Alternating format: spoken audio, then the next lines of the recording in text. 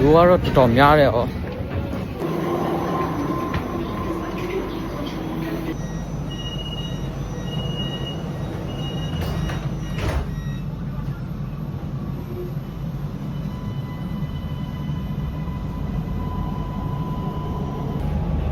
You are now approaching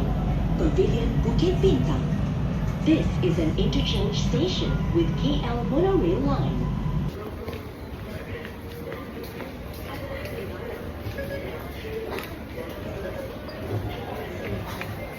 သွားနေတယ်ဘောနော်ဒါပေမဲ့ဘယ်အပေါက်ကနေထွက်ရမှာမသိသေးဘူး Okay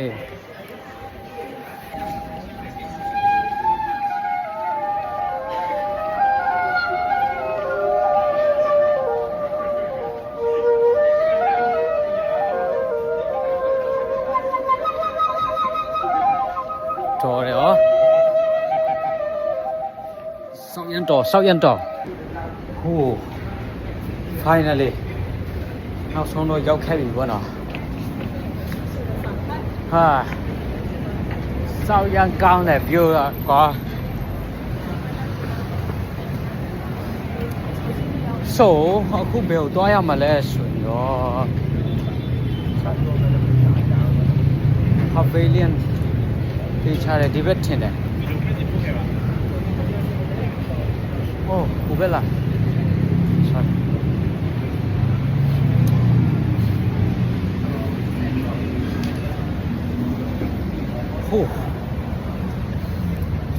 ဟုတ်နေပြီကျွန်တော်ကြိုက်တဲ့အချိန်လေးပေါ့နော်ဒီချိန်လေးက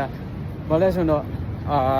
တိတ်လည်းမမောင်သေးဘူးကွာတိလားဒါပေမဲ့မီးတွေကလည်းရောင်စုံနဲ့လအရန်လှနေပြီကွာတိလား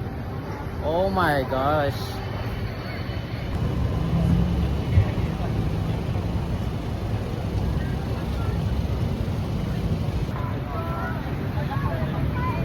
ဟိုးဘက်မှာလည်းတစ်ဖွဲ့လာကူးဖို့စောင့်နေတာကွာ Okay